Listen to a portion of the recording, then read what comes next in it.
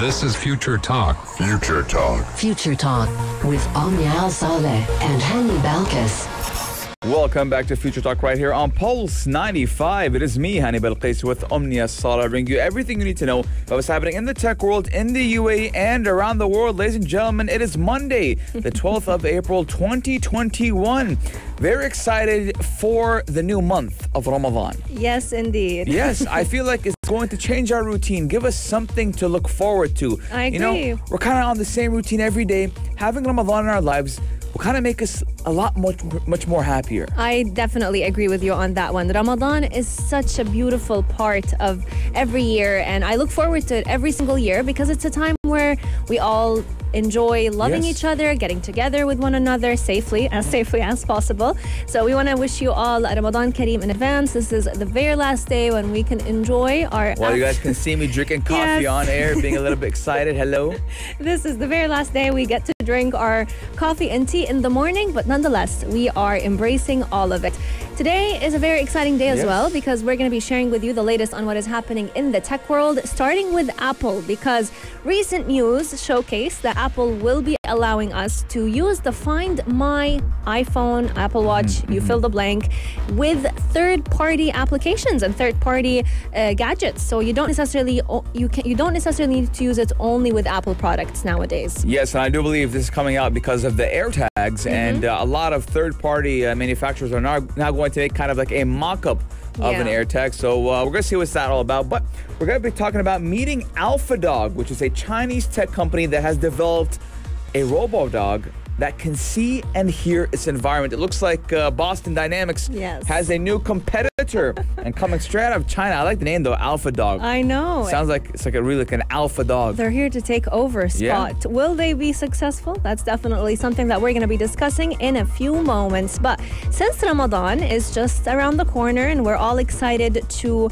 have the month of giving become a part of our lives, today we're talking about giving those who are less fortunate, or let's say orphans, a chance to better themselves and better their lives by using education. Because joining us today is Nadeen Tarek and Dr. Imran, who are both members of a much bigger team coming from the American University of Sharjah, who were actually part of an initiative that was teaching orphans the basics of programming and the applications of microcontrollers. Yeah, AUS students are out of this world, I'll be honest with you. I mean, every time we got something going crazy when it does come to students, 99.99% of the time they're coming straight out of AUS. We're really excited to get into that as programming is becoming, let's say, a universal language in the tech world. And it's a huge world with lots and lots within it. So we're definitely excited to tell you all about this initiative and how they were actually able to do it from a distance. So not only were they receiving learning from a distance, they were also educating those orphans from a distance. We have a packed show in store for all of you, so make sure you keep Pulse 95 locked, and we'll be right back. Yes, but we're going to leave you with The Sound by 1975. Daily digital news. Bits and bytes connect our world.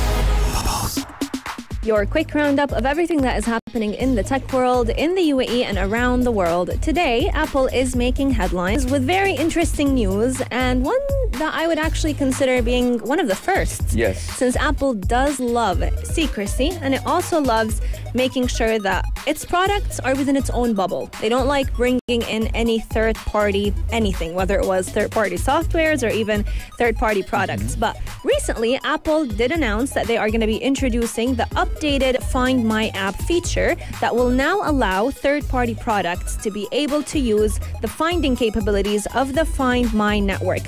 For those of you who don't know, Find My feature is basically like, we can call it your very own radar. So if you lose your phone, if you lose your iPad, and you have the Find My phone or Find My iPad turned on, you can actually track it through your iCloud, through any other Apple product, and find out exactly where it is headed next. Yes, now the iPhone's maker Find My app has become an integral part of its ecosystem, now virtually tying together an Apple user's entire portfolio of Apple products.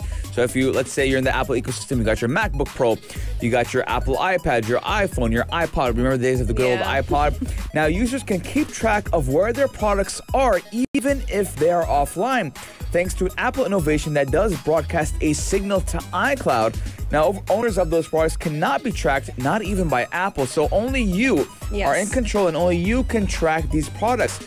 Now, the announcement does come as Apple does open up its ecosystem further, which would help reach more users and give them even a little bit more flexibility and more choices over the peripherals of their own choosing. It also does allow these manufacturers to take part in Apple's reputed and secure technologies. As we do know, that AirTags has been in the talks for a while now.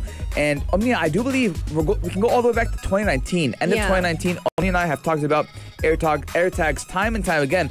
And I do believe 2021 is the year where we finally see them. Absolutely. Now, I wanted to comment whenever you said that owners of products of Apple can't be tracked using the Find My feature. And that could not be... I've actually had a personal experience with this. Yes. So I think my dad once lost his iPhone or iPad. And I don't remember. It was an Apple product. And the person who stole it actually disabled the Find My feature. Yeah. So even though you had an entire team looking for that work iPad, searching for it through the Find My feature, and because the owner disabled it or had a little bit of a protection on it, the new owner, the hacker, he couldn't find it. He couldn't point it out, and it was like...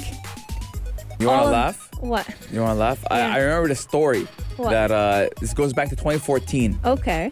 Me and my friend were in his car. Okay. And he gets a call from his dad. And he's like, so where are you guys at? We're like, we're at point A. He's like, okay. He ends the phone call. We go to the majlis. We're sitting down. And he's like, so how was point B? Oh, my God. But we're like, how did you know we were at point B? Anyways, we find out like 2 years, 3 years later that his dad had bought an iPhone, right? Had Find My iPhone tracker on it. And stuck it into the spare tire. Oh my God. And he knew every single location we were at. And he would call us to test us. And see if we were lying or not. And I mean, we weren't lying, but at the time we were there and then we went over there. But I'm telling you, that Track My iPhone is so good because the phone, again, it didn't have any service on it. And number two, it was turned off. The phone was off. Yes, and you can still track and you can still find out where the product is. That's such an intelligent way of tracking your kids nowadays. I mean, putting in the spare tire. Imagine that. Like, imagine if our tire actually got flat and we need to change the tire. You'll find an iPhone. iPhone 5. Free iPhone 5. Well, this just goes to show how tracking kids and tracking your own devices has become very easy in the day and age that we're currently living in. So nowadays, with the new announcement that Apple has launched, any new product that works with Find My app could be coming from certain vendors that Apple is currently collaborating with. And it will be available beginning next week. The confirmed brands are actually a brand named Belkin, Chipolo, as well as Van Moof. And for more than a decade, many customers have actually been relying on Find My to locate many of their missing or even stolen Apple devices. And all of that was actually helping protect their privacy. So it's good to see that Apple is expanding that bubble and making that circle a little bit bigger to involve other products as well. Yes, now I do love the company Belkin a lot. Now Belkin is very well known with their Wi-Fi routers and connectivity in general. Now again, Omni and I have the speculation that all of this is happening because now we will see third-party manufacturers creating their own type of Apple AirTags, because we do know that AirTags, obviously, they come at that premium price tag. They're very expensive. And not everyone wants to pay that premium price tag. That's where Apple AirTags comes in the line. He's like, hey, listen, we're going to have that third party and where you can pay much, much less. Let us know your guys' thoughts, 4215 or on our Instagram at Pulse95 Radio. Our text lines are open. Are you excited for a brand new era of data tracking or tracking your own phones? But ladies and gentlemen, this girl, I think this song is This Girl's on Fire. That's not it. Daily digital news. Bits and bytes connect our world. Have you ever wanted a dog but didn't want to deal with all the mishaps of having a dog and all the unpleasant surprises that he or she could leave behind on the floor? I wanted a dog ever since the day I knew what dogs were. Oh my God. Remember, Omni, I told you that I wish I was blind when I was a kid so I could have a guide dog, a reason for me to have a dog. But Bob was like, haram. It's haram. I'm like, Dad, come on. It's just like a small little puppy, man. It's like, no, it's haram. When you get older, I'm older, I still can't get a dog. that doesn't work for me. Well, one day we will make Hani's dream come true and get him a dog. But until then, let's talk a little bit about Robodogs. Right here on the show, we know of a couple of Robodogs. Most of them come right out of Boston Dynamics. We know Spot the dog, we know Stretch the dog. But now we are getting to meet Alpha Dog. And he's not coming from Boston Dynamics. He is coming from China. Yes, now we're looking at China battling Boston Dynamics and battling Spot or Spike the dog. And they have developed a Robodog that can see and hear its environment. Now, the high-tech hound does use sensors and AI technology, which we do know is the future of all technology. Now, it does whip fast, obey commands, and does not leave unpleasant surprises on the floor. And we're talking about Alpha Dog, which is a robotic response to two of China's burgeoning loves, pets and technology. I mean, who doesn't love pets and who doesn't love technology? Now, the high-tech hound does use sensors and AI technology to hear and see its environment and can be even taken for walks. Now, I love this, Omnia. But you know what I would want? What do you want? Synthetic dog skin instead of... I was just going to say... Instead of like, very cold metal. Like, hey, dog, I'm feeling sad. Can you come? And you're hugging a pole. Like, imagine. I agree.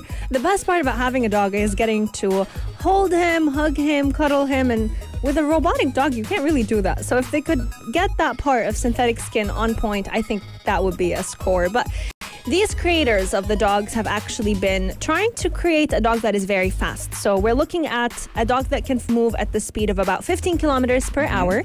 He can even spin on the spot, just like an excited dog would. And he is the fastest on the market. Yeah. He has four metal legs. And he is a lot more stable than a real dog. And what's nice about him is that you can actually he can predict what terrain he's moving on. So if he's moving on the ground, he'd know exactly how thick the surface is. If he's navigating in water, he's also capable of doing that. His creators have also used 5G technology and super fast internet speeds so that he can have immediate reaction times. So once you give him a command, he'll be able to respond with very minimal buffer time. Now, Omnia, what would you name your dog, your Robodog? Oh, that's a really nice question. Yeah. I think Spot. Or Spike. You're very, very original, Omnia. You're stealing from Boston Dynamics. No, and I also I think Spike, because I love the dog in Tom and Jerry. Yeah, all right. So Spike. let's say it's like what? You come home. What about you? And I would name it something, but I don't want to say it on air, right?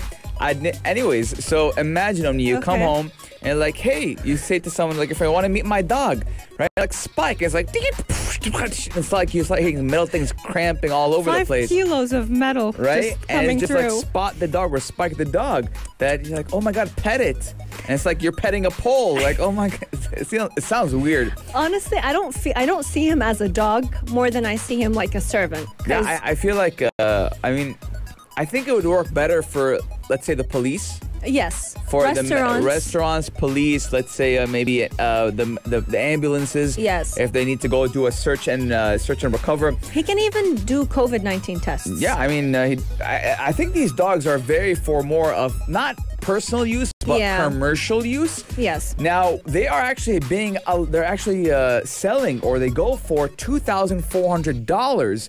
So we're talking about around 10,000 dirhams, if we round it out. Why are you laughing? It's 10,000, what? I'm just thinking of people who would own this dog and the features that they want to include in it. You know, Omnia, if I had 10,000 dirhams to spend on a robot, I'd spend it on a dog. Really? Yeah, I mean, if you get that really high-end dog, they're expensive. I would, I don't know. I don't know how I feel about it. But, Omnia, we do know, again, let's go talk about the features. Again, we do know that they use to deliver parcels, serve in restaurants, and even offer information at stations, and even take throat swabs for COVID-19 tests. Now, imagine that, to a dog. I wouldn't trust a dog, but I guess it opens its mouth, comes out a swab. That looked pretty weird. It's not going to open its mouth. It's probably going to stand on both legs. It's even creepier. I know. But what's nice about this dog is they're also planning to include future software updates that will give it a barking voice. So that's nice. Beyond that, they're also going to be allowing humans to have conversations with the dog. Yeah, if they want a voiceover, I'm ready. Voicing over a dog? Scooby-Doo. Oh, stick to news and stick to the show. Let me do it real quick. Okay. Hello. That's a good one. Open your mouth. Let us know you guys' thoughts. 4215. Do it slot or on Instagram at Pulse95 Radio. Would you like a Robodog? Omnia, if the robot dog was voiced over by me, would you buy it? I would. All right. I actually would. Let us know you guys' thoughts. Taking a short break, but when we come back, we're talking all about orphans and teaching them how to program with American University of Sharjah students. This is Future Talk. Future Talk. Future Talk with Omnia Al Saleh and Hani Balkis. Whenever we think about giving, the gift of giving, it's usually thought of whether it was being in the form of money, giving children, let's say, toys, or even clothes, old clothes that we have or new clothes that we want to gift them. But never do we actually think about giving them the gift of education until we came across a group of American University of Sharjah students, as well as a mentoring professor, who have decided to gift orphans the languages of programming. So they were actually able to teach them the basics of programming, as well as applications of microcontrollers. And they did it all through distance learning. To tell us more about it, we have a member of the team, Nadeen Tarek, as well as her mentoring professor, Dr. Imran, who will be telling us about this beautiful initiative that they have created. Thank you so much for joining us today. Thank you for having me. It's a pleasure having you both on the show. Now, we do know that you're teaching orphans the basics of programming, but why did you guys choose programming? Okay, so I think, recently there is a trend with artificial intelligence, and you talked about Boston Dynamics, for example. Yes. Of, using AI to program machines, as well as the second trend is Internet of Things, where you have sensors and everything. So this particular program is actually trying to put the first one of those together, which is Internet of Things, to expose kids early on how to use sensors, how to program sensors, and then to do something interesting with them.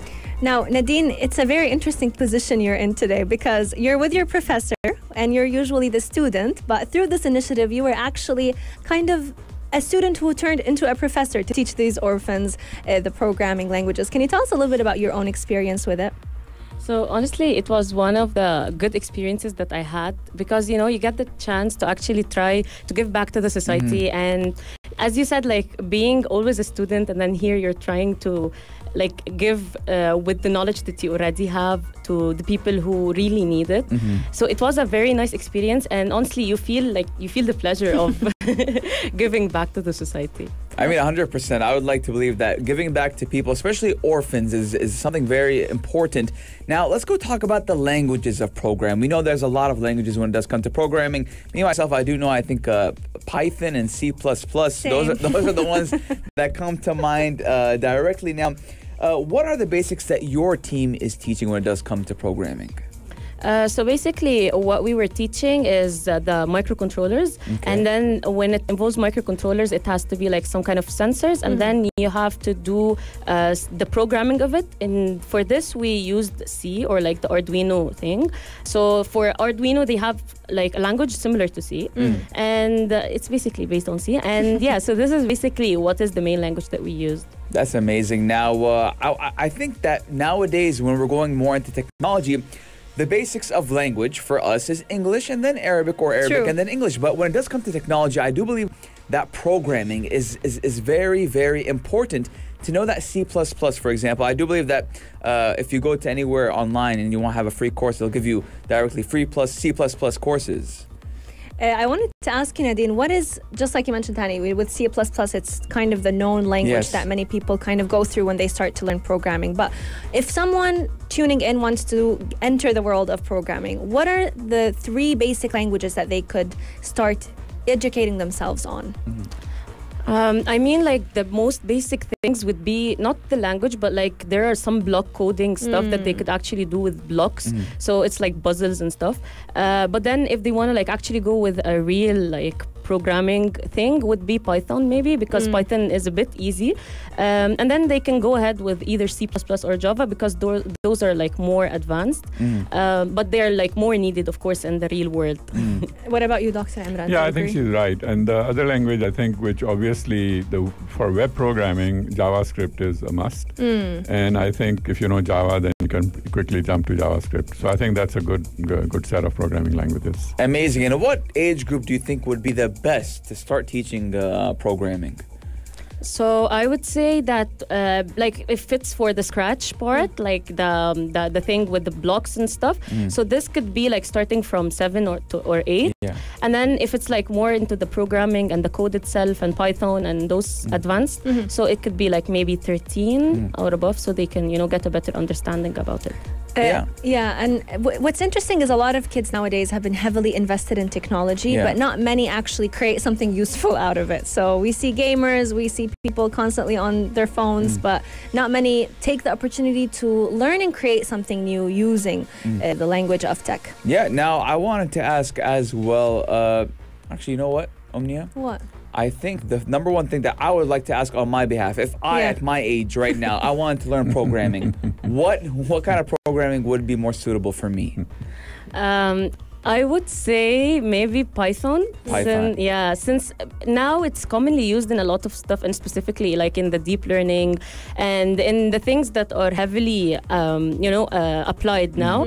So, and still it's not the hardest programming language like Java. Yeah. Like Java requires a lot of more advanced stuff. So I would say Python. Because we know the stigma. When you grow older, your brain starts to not process things that much. I mean, I've always wanted to learn programming. I remember back when I was 18, I think there was like a free website that you tried. I was like, man, this is a little bit too hard, So I stopped that right there.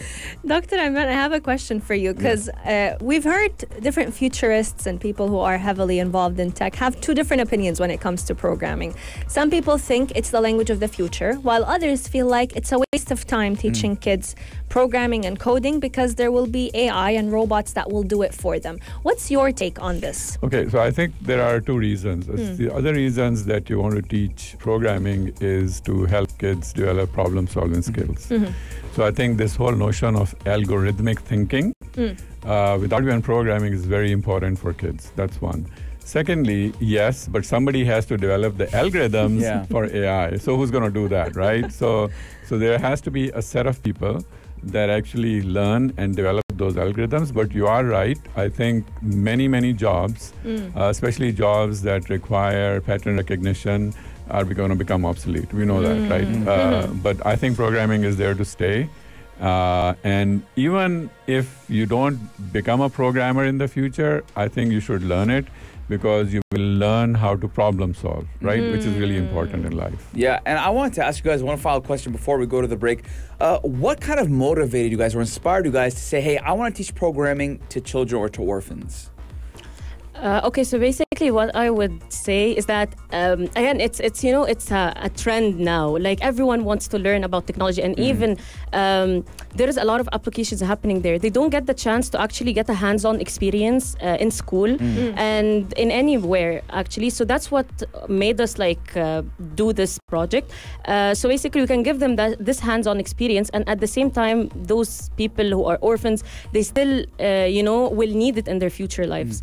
Of course. Yeah. So I mean, it's like gifting them a skill that they'll always make the most out of, instead of something that they'll enjoy for the time being and then it won't benefit them. If you have any questions for Nadeen Tarek and Dr. Imran, make sure you share them with us at 4215 do Itisalat or sign into our DMs at Pulse 95 Radio. Taking a short break, but when we come back, we're going to be diving deeper into the world of programming with Orphans. Future Talk. This is Future Talk with Omnia Saleh and Hani Balkis. In the age of COVID-19, distance learning has become the new normal. It has had its blessings, but it's also had its many challenges. And I'm sure a lot of parents tuning into us right now would be nodding their heads. Yeah, the parents are having the challenges. I think the students just sign in and go back to sleep. True. And Nadeen's laughing right now. She's guilty. She looks guilty. Is there any confessions that would like to give to Dr. Imran at this moment? No, I mean, not now. Not now. Joining us today are actually two honorable guests, Nadeen Tarek and Dr. Imran, who are a part of a much bigger team of students from the American University of Sharjah. They have started out an initiative where they were actually teaching orphans the basics of programming. And one interesting fact when it comes to distance learning is Dr. Imran and Nadeen are meeting for the very first time face-to-face today. Yeah, and actually we put them on the spot during the break, and we were like, so how did it work out? Like, you know what? Actually, it's the first time we've met. This is like literally the first time face-to-face. So Pulse 95 Students is bringing teachers and students together, or professors and students together. Oh, yes, indeed. Dr. Imran and Nadeen, we wanted to ask you a little bit about the basics of distance learning. I'm sure, Nadeen, as a student, you've struggled with it yourself, but you've also had the blessing of sleeping without having to worry about commute times. Omnia is very well known when it does come to distance learning. Yes. She's doing her master's, and so... Oh, I know about distance learning and the blessings and also the drawbacks. So I'm sure with you teaching those orphans and your team teaching the orphans the basics of programming, there has got to be a lot of challenges that you faced, especially because how do you give them that hands-on experience? Can you talk to us about your experience and how were you able to overcome these challenges? Okay, so basically, since we were like teaching them some microcontroller stuff, and this involves a lot of sensors and a lot of hands-on experience, so they had to actually try these things. So what we did is first in like the lectures themselves, we were of course like teaching them the theory and the physics behind everything, and then we were using this online simulator where they could actually try to do the circuit themselves on their own, like during the section time, and then we were showing that to them and then monitoring what they're doing. But also this was not enough, so they can get a hands-on experience. So what we did is we delivered the actual kits like that involves the sensors and the microcontrollers and everything to them, and then we created some kind of a videos that explains exactly how you can like connect the sport, how you can do this and that, and then we shared that with them. And so they they can get the chance to actually try to implement it themselves, and then we try to encourage them even further by creating some kind of a competition for like not like a competition for like the whole program. So we were like giving some points for the people who get to try the kits because they were a bit scared to ruin the kits when they use it. So we were like, okay guys, if you did it you will get some points, and then we will be awarding the active student at the end of the program. So how long were these sessions of you teaching the students? We had it first started face-to-face because this is how the plan was. Yes. So we just gave like 2 sessions face-to-face, and then unfortunately because of the COVID we had to turn it into online. So this was around 6 sessions, and then we had the competition at the end. So this initiative was pre-COVID. You guys were thinking about it pre-COVID, then COVID hit, and then you guys had to move to online learning. So I want to ask you guys, what was the biggest challenge during distance learning? I mean, one of the most important things is the engagement. Not everyone is engaged, that's for sure. And what we try to do is first, deliver those kits and try to make them get the hands-on thing. And then also the competition part that I was talking about. And even we kept asking, questions in the lectures. And then we're like, you guys, if you answer, you still get points. And we will be like awarding them at the end and everything. So you finally felt what Dr. Imran was feeling when teaching you guys. Like, man, these guys have a horrible attention span. So obviously we'd like to thank Dr. Imran. And we'd like to thank all professors teaching during this time. Absolutely. Dr. Imran, I have a question for you when it comes to programming. You mentioned that it can, not just does it give these orphans and anyone who learns it basically like a free ticket to the work job or the future of work. I wanted to ask you, what would it help them learn in life? So how can they actually implement the skills that they learn in programming to real life situations? Okay, so I think, as I said earlier, there is this concept of what we call algorithmic thinking. And what it involves is coming up with a set of steps or plans to solve a problem, right? And so essentially that's what they learn. And that you can apply anywhere in life. Anything, you need to go to the mall, you need to plan, right? Yes. And so on. So what we find, and in fact, what we are finding in higher education, when we are getting students coming in from, we get students from 70 different school systems at our university. And one of the skills which we find lacking is problem solving. I mean, the kids are not able to solve problems on their own. So I think by introducing this kind of thinking early on, it will help them in the long run, regardless of which field they go into. Absolutely. Coming up on the show, we're going to be talking all about the future of this initiative, as well as the international recognition that it was actually able to gain. If you have any questions for Dr. Imran and Nadeen Tarek, make sure you share them with us at 4215 Dur Ittisalat or sign into our DMs at Pulse 95 Radio. Yes, I guess you could say the questions are wanted. This is Future Talk. Future Talk with Omnia Al Saleh and Hani Balkis. You know, Hani, as a child, I always used to wonder what it would be like if I had a superpower. Yes. And little did I know that if a person learns the language of coding and programming, well, they have a lot more impact on the world than if they even had a superpower. Omnia, before you knew what coding actually was, did you think it was like the movies, like like hitting on the keyboard? Yes. And you go to like hacker.com. Exactly. And it's like a green screen. Just like. And for some reason, coders always have this. Keyboard smashing. Yes, keyboard smashing, and they're known to be just like these antisocial little humans that are just sitting in the corner of the room trying literally trying to plan against the world. When in reality, coding actually connects you with the rest of the world. And to talk to us about one amazing initiative that the American University of Sharjah has been doing to teach orphans the basics of programming, we have with us in the studio today Nadeen Tarek and Dr. Imran, who are a part of a team of AUS students that have been doing just that. Thanks a lot for joining us today. Thank you.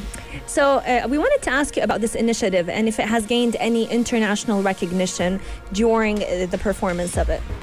Okay, so basically, since we are, like sponsored by the IEEE organization out there, so we report back to them. We write like a feedback about how is the project went. And basically, last year we won the honorable mention for the best chapter worldwide of the year. So this is basically was a great accomplishment, and we felt so proud, and like this encouraged us to like even give more. Absolutely. As you guys should be proud. It's the first time I've heard of it, to be honest, teaching orphans programming and how important programming is. Now, what are your future plans when it does come to this initiative?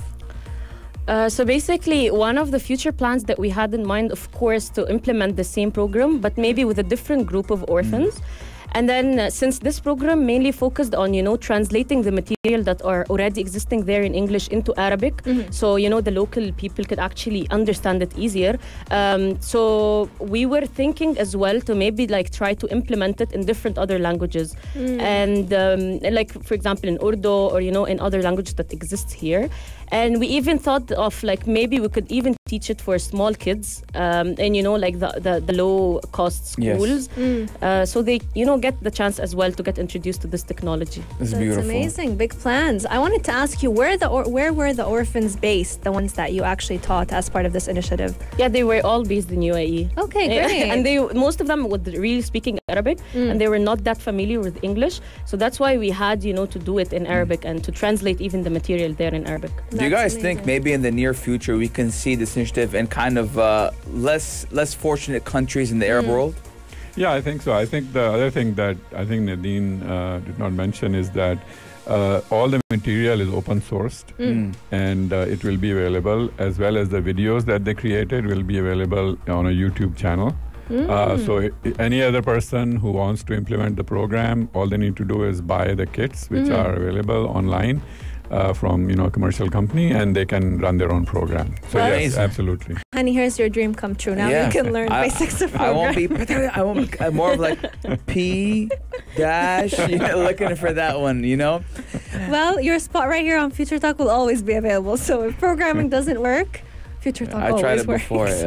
You really need to have a problem-solving brain, because they'll teach you the basics and be like, so now you have an error. What are you gonna do? Deal with it. Deal with it. Dr. Imran and Nadeen Tarek, thank you so much for joining us today, and we wish you the very best in all of your future endeavors. We also want to thank the big team of students that are actually behind this project as well. We did not forget about them. Yes, big shout out to all of the 20 other students or 20 other members of the team. We would say your names, but would be a little bit too long, as we kind of got the memo from the team. But thank you guys so much for coming on the show with us, and we do appreciate what you guys are doing, as again, it's kind of something we don't think about, but it needs to be done. Thank you for having us. Thank you so much. To everyone tuning in to us right now, thank you so much for lending us your ears for the hour. We want to wish you a blessed afternoon and a Ramadan Kareem. Yes. The holy month is just around the corner, and we do want to hope for all of you a very peaceful month and an easy fast as well. If you liked this episode of Future Talk, drop a like and subscribe. Pulse 95. Be sure to follow us on Instagram for all our daily updates and top stories.